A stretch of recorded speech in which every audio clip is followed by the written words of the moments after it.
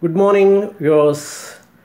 This is the last day of my speeches regarding the myths, facts, and the four skills: listening, speaking, and reading. This is Jvl.Know under the title Musings of Jvl is speaking to you. I thank all of you for liking my videos and subscribing to them. Today, I would like to say something so that you know what exactly language is, what should we do to learn natural English. The other day, I went to my cousin's house where two of his granddaughters and one of his grandsons were there. I felt very happy to find them because I found an opportunity to speak to them for an hour. I spoke to them for 1 hour, and actually they spoke so well that really I liked the way they expressed their feelings. And I spent 1 hour with them and came back home.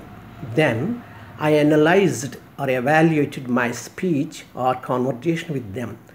Then I came to the conclusion that I spoke grammatically correct English and the children spoke with good expressions, feelings, and emotions.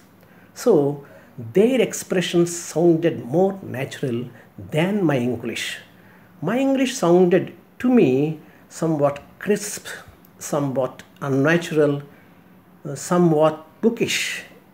So now I can say that my English is bookish and their English is natural because they have been studying in standard English medium schools run by Dev public schools, and also they studied in English medium schools right from the beginning in standard English medium schools. Of course, some of their principal was an American, so their expression was so cute.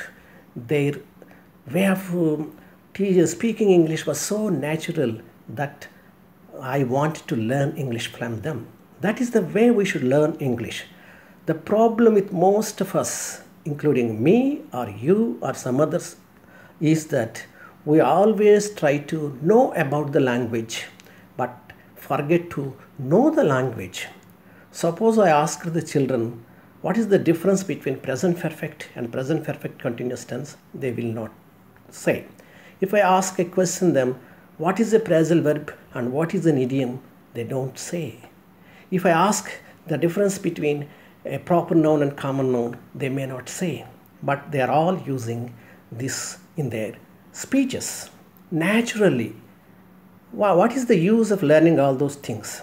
So, first of all, we should know how to speak natural English, how to acquire English, not in parts, but in whole.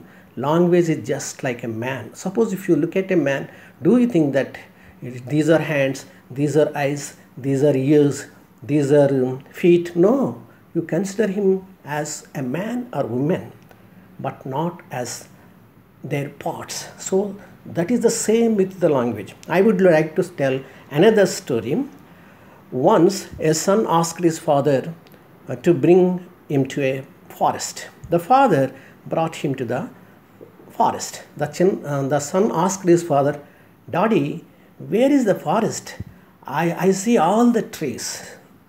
Then father laughed at him and told him that the forest is full of trees, or the trees make the forest. You cannot separate trees from the forest. So that is what we are doing. We learn the LSRW separately, we learn vocabulary separately, we learn grammar separately, we learn semantics separately, we learn everything separately. So we never acquired the language.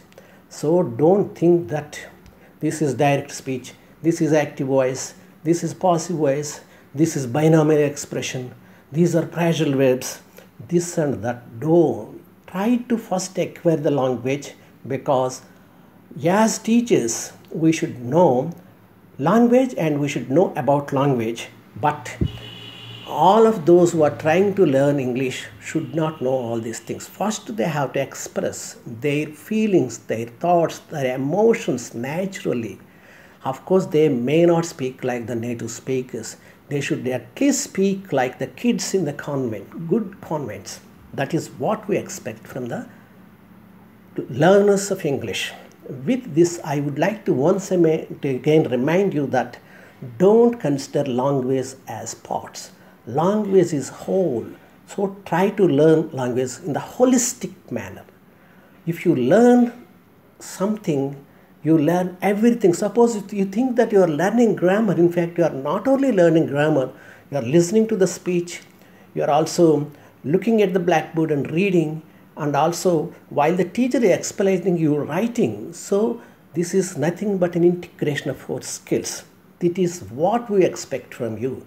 When you are trying to learn grammar, you should also learn the vocabulary, because grammar cannot be taught in a void, in a vacuum. There we need some content in it. Unless the content, our language tend to be very artificial, like a skeleton. So language could have the skeleton and blood, so that it sounds more natural, more correct, and more idiomatic.